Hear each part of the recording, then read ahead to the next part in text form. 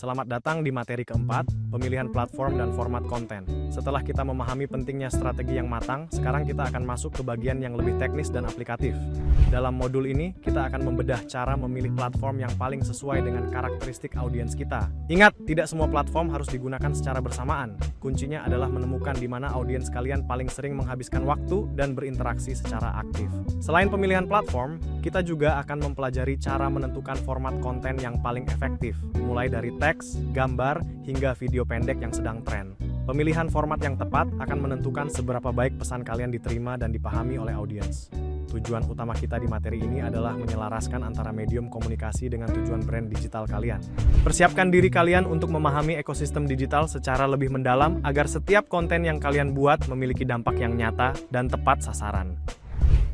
Mari kita lihat contoh nyata bagaimana pemilihan platform yang tepat dapat memberikan dampak besar, khususnya pada penggunaan TikTok bagi UMKM. Berdasarkan insight audience, ditemukan bahwa masyarakat saat ini sangat menyukai konten visual singkat yang bersifat edukatif. Tingkat konsumsi video pendek di Indonesia memang sedang berada di puncaknya. Oleh karena itu, platform TikTok dipilih karena algoritmanya yang sangat mendukung konten edukatif untuk menjadi viral dengan cepat. Format yang digunakan pun sangat spesifik, yaitu video tutorial singkat atau how-to yang menunjukkan proses di balik layar. Hasilnya sangat mengesankan, di mana salah satu sektor UMKM batik berhasil mencatatkan kenaikan penjualan hingga 35%. Strategi ini membuktikan bahwa keberhasilan bukan hanya soal promosi, melainkan tentang bagaimana kita membungkus nilai produk ke dalam format video yang disukai audiens. Dengan memberikan edukasi visual yang menarik, audiens tidak hanya sekadar menonton, tetapi merasa terinspirasi untuk melakukan pembelian. Ini adalah bukti nyata betapa kuatnya kombinasi antara platform TikTok dan format tutorial dalam menjangkau pasar yang lebih luas. Mari kita beralih ke platform YouTube dan melihat bagaimana efektivitasnya dalam dunia edukasi. Berdasarkan data, sebanyak 68% pelajar aktif menggunakan YouTube sebagai sarana utama untuk belajar. Berbeda dengan platform video pendek, audiens di sini membutuhkan penjelasan yang jauh lebih mendalam dan komprehensif.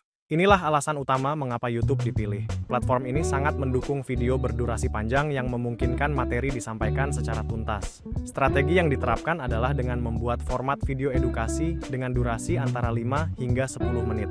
Hasil penelitian dari Zenius menunjukkan bahwa durasi tersebut jauh lebih diminati dan memiliki tingkat retensi penonton yang lebih tinggi dibandingkan video yang berdurasi di atas 15 menit. Kasus ini memberikan kita pelajaran berharga bahwa pemilihan platform harus selaras dengan kedalaman materi yang ingin disampaikan. Dengan durasi yang pas, kita dapat menyajikan informasi yang berbobot tanpa membuat audiens merasa jenuh atau kehilangan fokus di tengah jalan. Selanjutnya, kita akan membahas efektivitas format Instagram Reels, khususnya dalam industri fashion. Berdasarkan insight audiens, pecinta fashion sangat menyukai konten visual yang cepat, dinamis, dan inspiratif. Konten seperti mix and match pakaian terbukti jauh lebih menarik perhatian jika disajikan dalam bentuk video pendek dibandingkan foto statis. Oleh karena itu, pemilihan format Reels dengan durasi optimal 15 hingga 30 detik menjadi kunci untuk memenangkan perhatian mereka di tengah padatnya feed Instagram. Alasan utama pemilihan format ini adalah kemampuannya yang luar biasa untuk dibagikan secara luas dan menjangkau audiens baru yang belum mengikuti akun kita.